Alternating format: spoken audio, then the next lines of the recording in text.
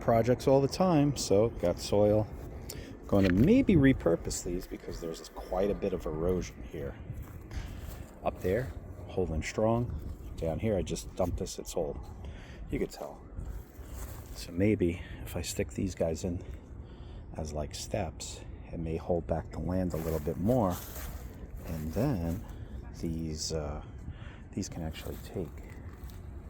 So what I did, bought a whole bunch of these. I think these things will spread quickly. Periwinkles. Yeah. This way everything kind of matches. I think they have those same, some of them have like some leaves in them or whatever. But yeah, that's what I'm trying to do. Just fix this little erosion spot here. And then I'm going to throw some mulch under these leadlands here.